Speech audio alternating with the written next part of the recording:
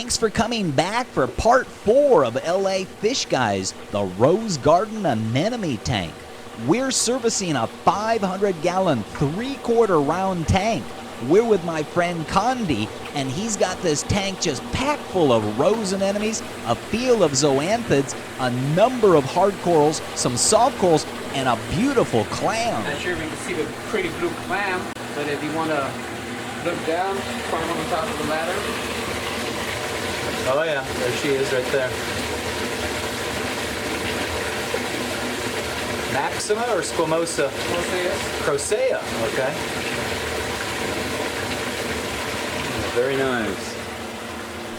So here's the irony. With all that beautiful invertebrate and coral life in the tank, this tank gets big water changes made out of faucet water. And you gotta question, there's no algae or no visible bad algae in the tank, and yet he's using faucet water with all these various invertebrates. You saw the clam. And with such a large flow of water moving through the tank into the internal overflow. Oh, there you go. Little starfish. Rescued him out of what, the overflow? No, they'll go up there and they'll crawl right back. These are the Dalmatian Lincoln stars, they call. A very nice animal. You have much luck with those Linkas? Yes, I do. There's various ones in there. Due to the amount of anemones that are in there, they tend to hide underneath the rock. They'll come out at night. And they'll come around. There's blue stars, there's purple Lincoln stars. There's a big green serpent that's down at the bottom. He's about 8 years old. Oh my! Got him. He was probably about that big, you know, as far as body size. You know, lane size maybe about 5 inches. And he lives right under this rock. A lot of people confuse him and think that he's an octopus, but he's been in there, like I said, quite some time with us. And they help out. They clean kind up of a janitor in the tank and feed on debris that settles, uneaten food that settles underneath the tank? That is correct. Or underneath the rock? They're helpers. There are certain starfish that are hard to keep. You know, these are one of the easiest ones. You know, even on a fish-only tank, they work great. Sometimes, unless you have puffers and certain fish that are aggressive, but they are necessary for the aquarium in order to help keep an equal balance into the aquarium, which lessens the amount of maintenance that you have to do to the tank. Right, okay. When I first set this tank up, I almost killed myself. When you first set it up, you said what? I almost killed myself. Oh, how'd you manage that? In this corner right here. Thank God I was able to maintain my weight and pull myself out, but I had my head stuck in like this. The ladder slipped from it. Oh! So, you know, things will happen. You have to improvise and use more safety precautions. And there's our water that's still dissolving and blending. So, ready.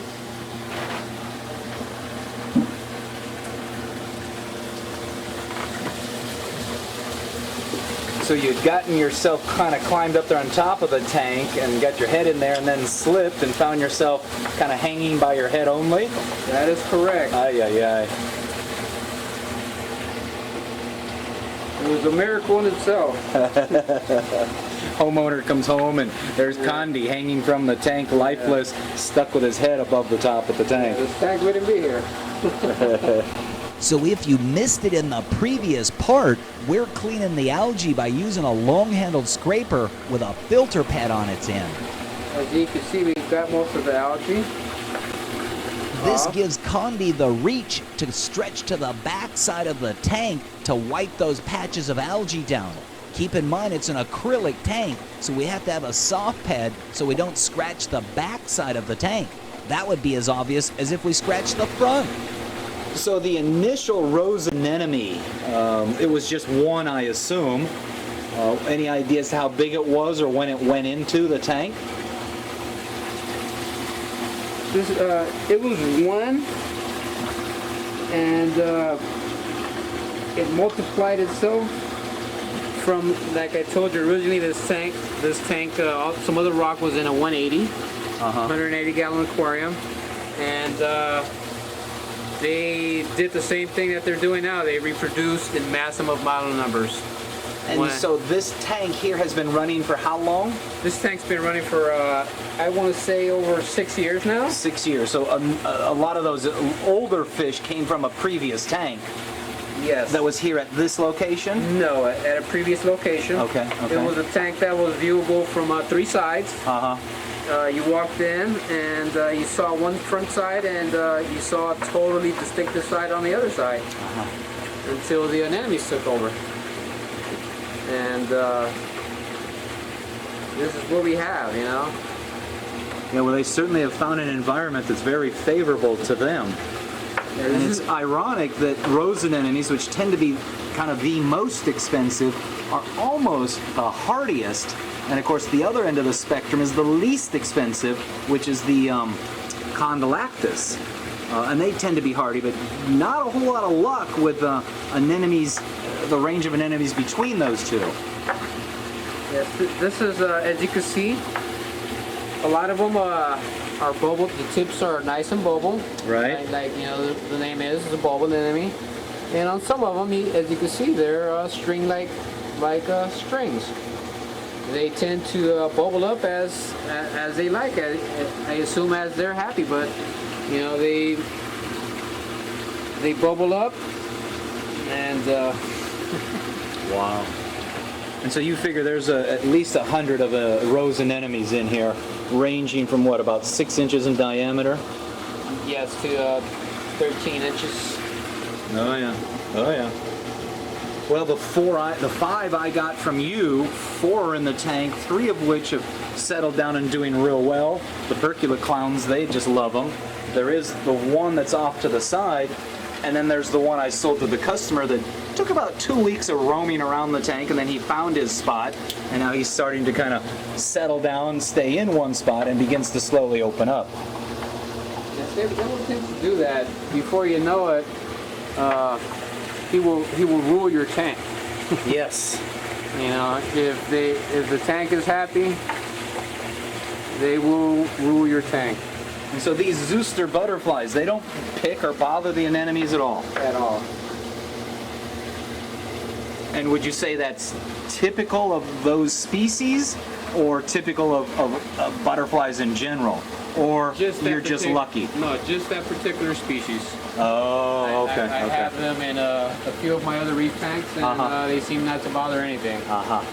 But if you were to put in, say, a Heniochus butterfly or a raccoon butterfly, then we would have problems. you'd probably start picking on all the anemones, and that would become an issue. Well, looks like you got yourself a nice clean tank there. And you can see the purple firefish, dartfish they call them. Oh yeah. There's a family. They're a pair. There's another one that's buddy somewhere in there. And you mentioned some sand sifter gobies. Yes, they tend to hide for some reason. Fish know when a fish guy's here, so you know when we're done, they will eventually start to come out. There are long spine urchins, pincushion urchins. Oh, you got urchins in there as well. Yes, there's a long spine urchin that's right under this cave, underneath. And does he benefit you any in the tank? Benefits for keeping the walking. As you can see, there's not too much porting algae due to the fact that there's so many anemones in there that cover the light from hitting the rock. Oh, right. That makes sense. And then we have a sunburst anthias or a fathead anthias Right there, as you can see.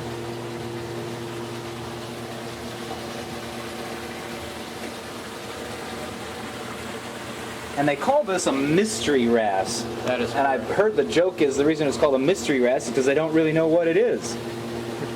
No, that's not true? That's not true. Oh, It's a wrasse. It's same body shape as a 8-line wrasse that comes out of Hawaii, but the colors on this guy are amazing. Right. And that's what makes a fish so relaxing. And look at this fish. Look at the yellow, the tribal patterns of colors on his head. Ooh, you know, tribal. Ooh, I like that. Very, very unique. Each fish is unique in itself. You know, you have certain fish, the tangfish, for example. They don't call them certain fish for anything. Right.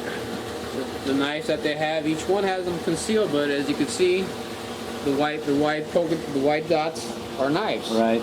As you can see, on the blue tang, they're camouflaged, and even on the yellow eye tang.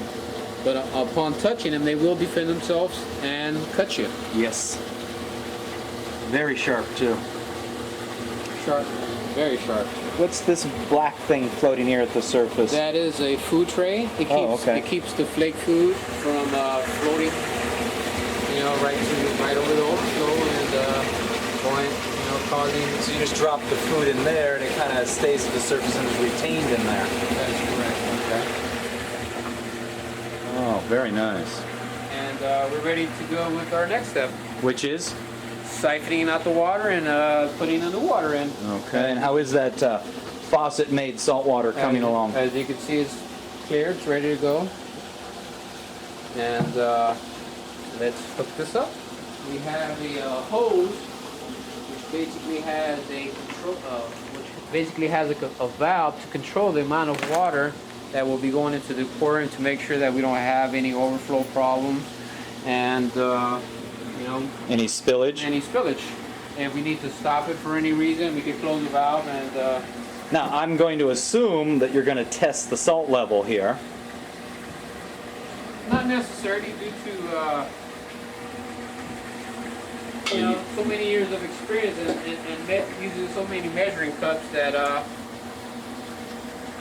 Well, you'll forgive me that if I stand here with the camera and ask you to use the hydrometer, just to see how close you come.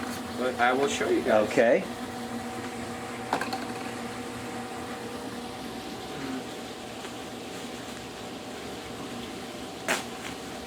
Once again, wash this. I'm going to go ahead and clean that. Yes. Clean equipment.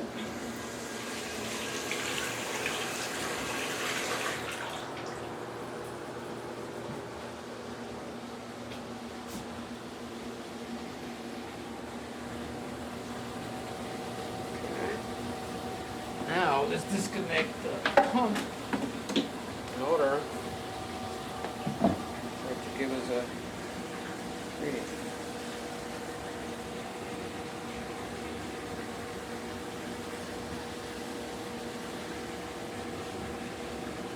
Right now the water's settling down due to the mixing up. It's going to take a few seconds in order for it to give us a reading. I'll put out some.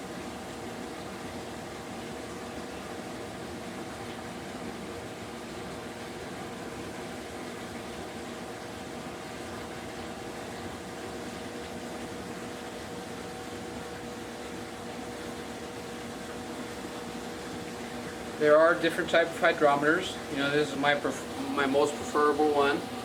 The only thing about these, you have to be very careful. They're very fragile. They'll break. If you're not careful, they will break. But as far as accuracy, you can't go wrong. Right.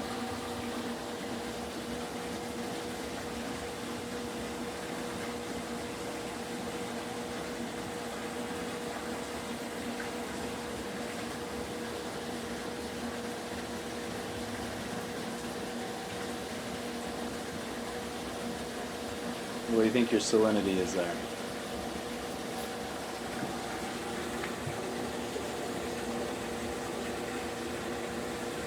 Okay, we're at 26. About around 26. It takes a while before the water settles down.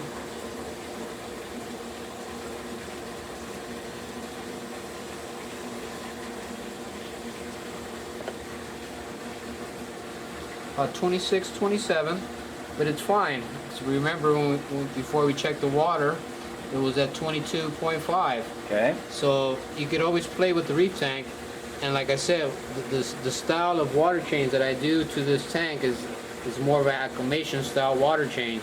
So this will raise up the water salinity a few degrees to my favor. If it was a lot lower, it would be a negative, because if the salinity was around 18, 19, I would be lowering the salt concentration on the aquarium. So the higher it is, I'm able to play with the salinity level with the tank without causing any effect. And at the same time, by me not putting in the water in so fast, it will not cause a shock to the tank. Right. And that's the most important thing. And as like I said, it's we'll wait a few seconds while it settles down.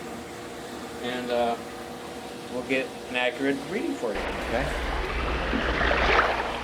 And so that's the drainage This hose is there. the drain hose. Okay. Drain hose only. So instead of siphoning into, say, a 5-gallon bucket, you're going to go ahead and get her hooked up into the toilet there. Yeah, this will save your back. Okay. Now he stuck that far end into the toilet bowl, that's toilet water, and he's going to unroll the hose and he's going to stick the other end into the aquarium. The real catch here is, how is he going to start that siphon? Is he going to go back and pull the end of the hose out of the toilet and then suck on the end of the hose? Hey, Oh. I'll use Jim for that. We'll use Jim for that. And come on back for part 5 and find out who the lucky one is that sucks on the end of the hose to start that siphon.